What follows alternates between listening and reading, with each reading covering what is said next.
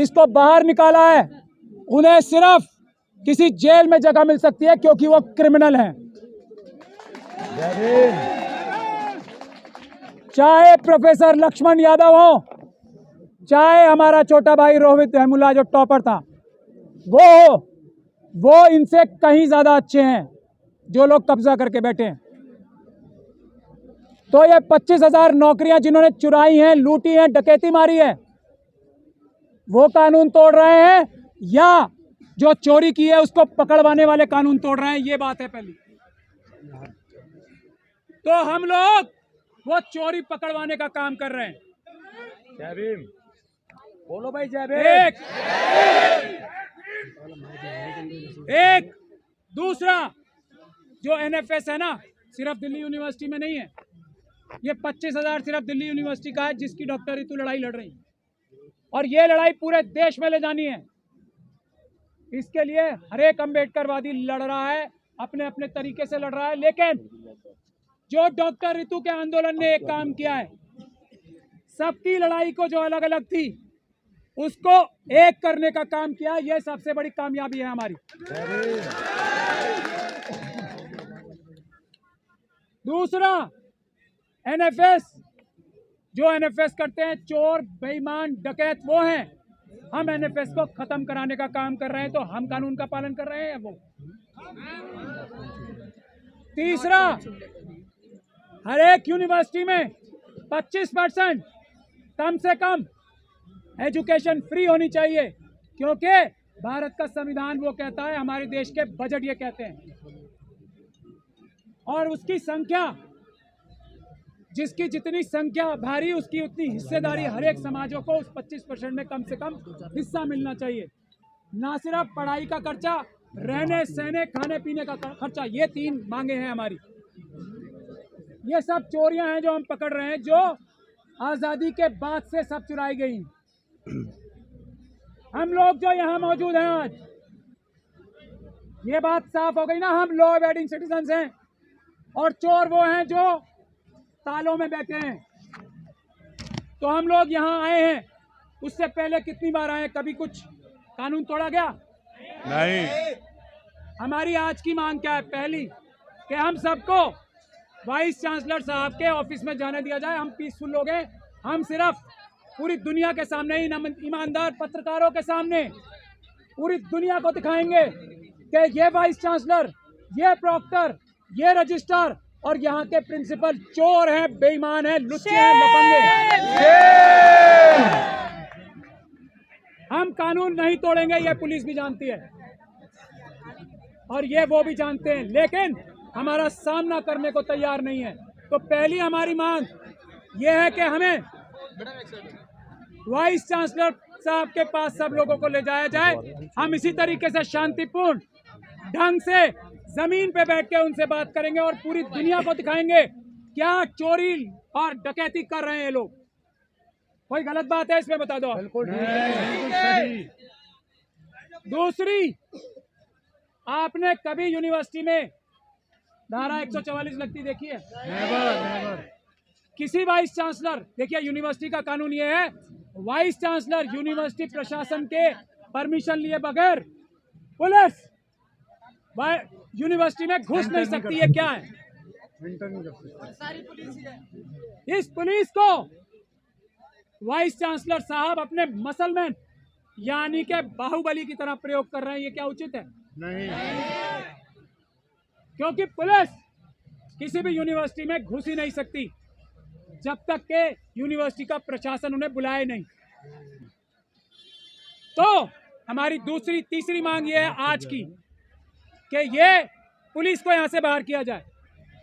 कोई जरूरत नहीं है, हम लॉ एंड ऑर्डर बनाने वाले हैं, तोड़ने वाले नहीं। जय भीम। और ये जो ताले, आपने किसी यूनिवर्सिटी में दुनिया में ताले लगे देखे? ये ताले लगाने का काम जो है ये अपराध है। चौथी बात, स्पीकर पे फोन करो। जहां पर 145 दिन तक शांतिपूर्ण प्रदर्शन हुआ था, बताइए ना, पीछे से सिट इन हुआ था, मेरी बात करवाओ। वहाँ दोबारा लगेगा। कर दो ना, मैं डॉक्टर रितु बोल रही हूँ। जब तक ये बताइए, ये कोई गलत काम है? हम लोग 145 दिन तक वहाँ बैठे थे, हम साथ हैं। वहाँ कोई लॉ एंड ऑर्डर की प्रॉब्लम हुई? हम पे पत्थर फेंके गए, हमारे डॉक्टर रितु को बदमाशों द्वारा उठवा लिया गया। धमकियां दिलवाई गई, प्रॉक्टर ने हमले कराए, वाइस चांसलर ने हमले कराए, फिर भी हमने क्या हेलो, वायलेंस किया? जवाब तक नहीं दिया, जी, चुपचाप स्पीकर ऑन हम कर दो। हर जुल्म सहते रहे। जी, मैं डॉक्टर रितु बोल रही हूँ। तो ये हमारा आंदोलन हेलो, वहीं से जी, चलेगा, आने दो दुनिया उनको, की कोई बातें ताकत बातें रोक बातें नहीं बातें सकती, बातें दिन बातें रात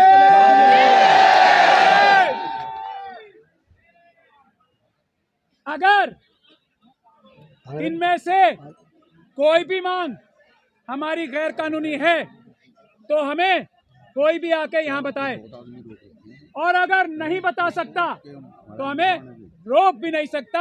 ऐसा मेरा निवेदन है आप सब लोगों से। लेकिन एक गुजारिश है, आप लोग तो कभी हिंसा कर ही नहीं सकते, कर ही नहीं सकते, क्योंकि आप अम्बेडकरवादी हो। ये बात हमें सही तरह पता है, पूरी दुनिया को पता है। जो आरएसएस के लोग हिंसा करेंगे या करते हैं, उनकी भी भड़कावे में आपको नहीं आना है। कुछ भी करें वो, हमारे ऊपर पत्थर फेंके, डंडे चलाएं, लाठी चलाएं, आप लोगों को अपनी बहादुरी दिखानी है। हिंसा नहीं होने दे, ऐसा अपने आप की बहादुरी हमें दिखानी है। किसी भी हालत में इतनी सी भी हिंसा हम आरएसएस के लोगों को ना करने दें, ये हमारी जिम्मेदारी है। हम साथ हैं, हम साथ हैं, हम साथ हैं। बस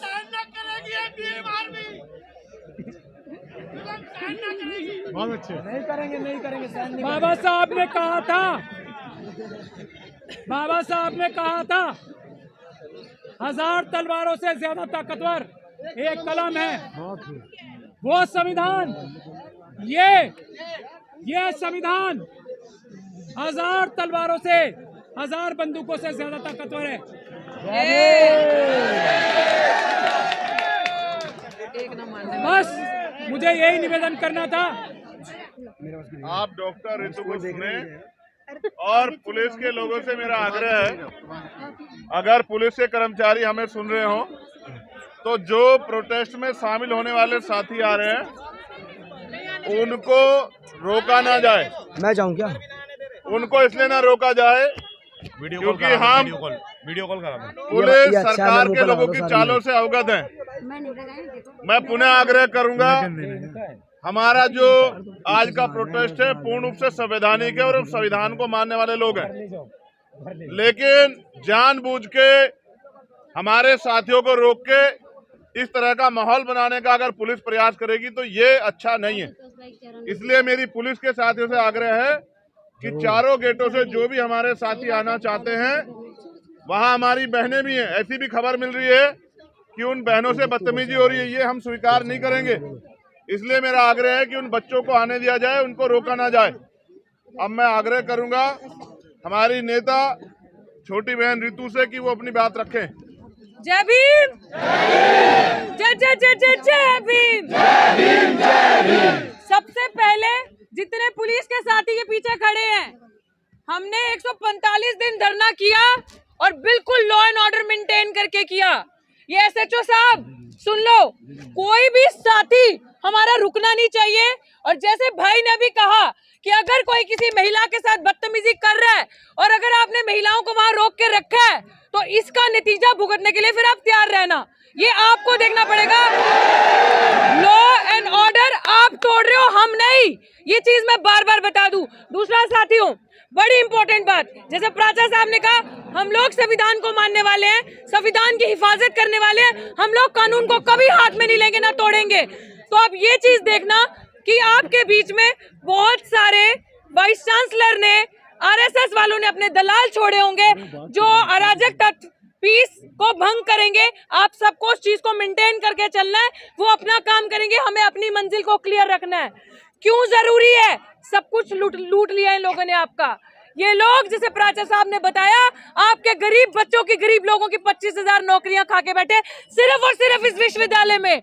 और अभी आरएसएस के लोग धड़ाधड़ भर्तियां करके 3,000 से ऊपर अपने लोगों को, अपने लोग जो गुलाम दलित भी, जिनमें से हमारे समाज के लोग भी, और कुछ ऐसी चीजें सामने आई हैं, फर्जी SC ST OBC के सर्टिफिकेट बनाकर उनको नौकरियां दी हैं। ये लड़ाई अब हमारे मान सम्मान की है, अब समझौता नहीं होगा।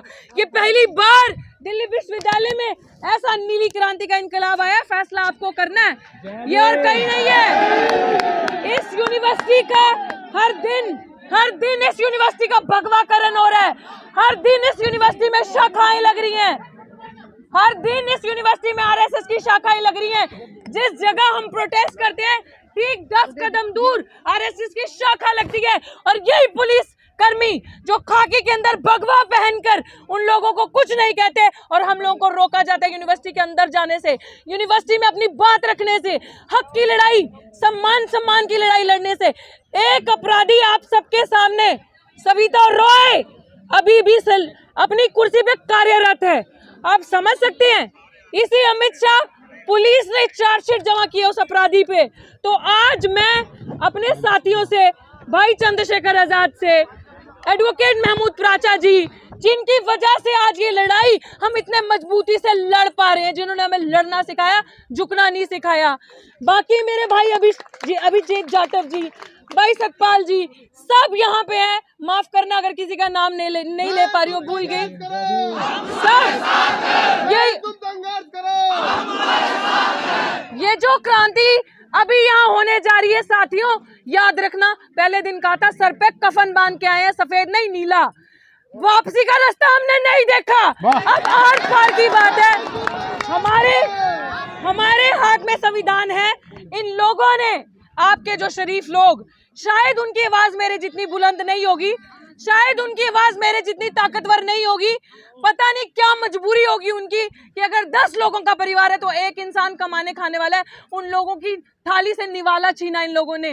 22-22 साल, 15-15 साल, 10-10 साल से पढ़ाते लोग दिल्ली विश्वविद्यालय में इन्होंने निकाल दिया, क्योंकि उनका कोई माई बाप नहीं था इंटरव्यू में बैठा हुआ, उनके पास पैसे नहीं थे देने के लिए। और एक बड़ी खबर पूरे सबूतों के साथ मैं आपको बताती हूँ भाई, आपके भी संज्ञान में ला रही हूँ। एक रामजस कॉलेज, इस लाल बत्ती पे रामजस कॉलेज में चेयरमैन के साथ सेटिंग करके सब सबूत है हमारे पास। वो काम हम नहीं कर सकते। हमारे बाबा साहब ने बोला है संघर्ष करो, शिक्षित बनो, पढ़ो लिखो।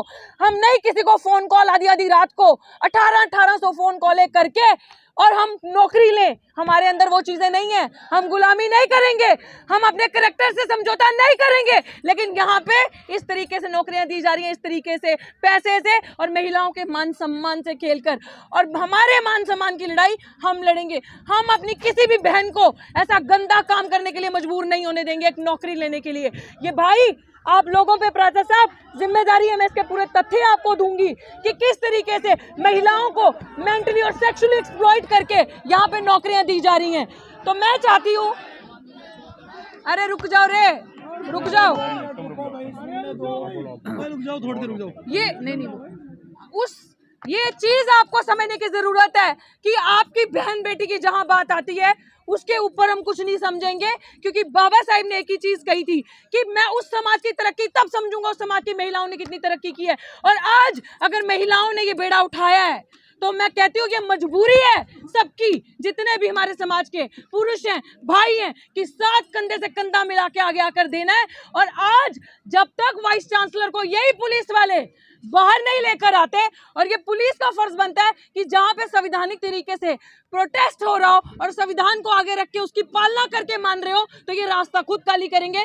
SHO साहब, DCP, ACP सब जाके वाइस चांसलर को बाहर लाएंगे और बताएंगे एक अपराधी को किस तरीके से इन्होंने अभी तक कुर्सी पे कार्यरत रखा हुआ है। यही आप सबसे कहूंगी, पीस को मेंटेन करके रखना है और हम इसी दरवाजे से अंदर जाएंगे। 4 नंबर गेट पे बंद ताले, भाई ताले बंद है हमारे लिए। प्राचार्य साहब ताले बंद है वहां पे हमारे लिए, समझ लीजिए आप। वो ताले हमें देख के बंद होते हैं। जब साथी आशुतोष या मेरे जैसे लोग जब वहां पहुंचते हैं विश्वविद्यालयों में, तो वो ताले लगा दिए जाते हैं। मतलब हम नहीं जा सकते अंदर विश्वविद्यालयों की। ये हालत है दलित आदिवासी की। अगर मैं दलाल बन जाऊं, मैं गुलाम बन जाऊं, अपनी आवाज बंद कर दूं, तो 1 मिनट में सब कुछ मेरे लिए भी आ जाएगा। लेकिन समझौता नहीं चाहिए। तुम नहीं खरीद सकते पैसे से मुझे कि 1 लाख की नौकरी का लालच दोगे। नौकरी नहीं, न्याय चाहिए। नौकरी नहीं, न्याय चाहिए। और इनकी औकात क्या है हमें नौकरी देने की? ये लोग हमें एनएफएस करते हैं, नॉट फाउंड सूटेबल। खुद उस कुर्सी पे बैठने के लायक नहीं है ये, अगर इनका कोई गॉडफादर ना हो इंटरव्यू में। तो हम सब इस लड़ाई को मजबूती से मिलकर लड़ेंगे। और अभी जैसे मंच, सम्मानित मंच से आपको आदेश आएगा, उस आदेश की आपको पालना करनी है। और आपके लीडर्स आगे रहेंगे और हम सब उन्हें फॉलो करेंगे, इवन इंक्लूडिंग मी। हम सब उन्हें फॉलो करके अंदर जाएंगे। करो, मैं तो इससे कहूंगा, सार्वजनिक रूप से कहूंगा कि ऐसी धारदार आवाज को पार्लियामेंट में होना चाहिए। जो बात वो सड़क से इतनी मजबूरी उठा सकते, अगर पार्लियामेंट में होगी तो शायद जवाब देना मोदी जी को भी और उनके चमचों को भी भारी पड़ जाएगा, ऐसा मुझे लगता है। मैं उनकी हर बात से सहमत हूँ, हर मांग से सहमत हूँ। इनकी एक बात से असहमत हूँ। इन्होंने कहा कि हम जमीन पे बैठ के उनसे बात करेंगे। हम नहीं बैठेंगे जमीन पे, हम बैठेंगे कुर्सी पे। वो बैठेंगे, बैठने का अधिकार इस संविधान ने हमें दिया है, क्योंकि ये वकील है, अनुशासित है। इसलिए हमें कोशिश करते हैं कि हमारे आंदोलन को कोई परेशानी ना हो। ये सच है, आंदोलन को कुचलने के लिए सरकार तरह तरह के हथकंडे अपनाएगी, लेकिन याद रखो, ये भी रोटी खाते हैं, हम भी रोटी खाते हैं।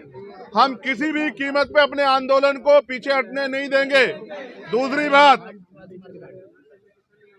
मैंने एक मांग की थी कि जो लोग सड़क पे हैं उनको आने दिया जाए। मेरा ऐसा विश्वास है कि हमारी बात को सुना गया होगा।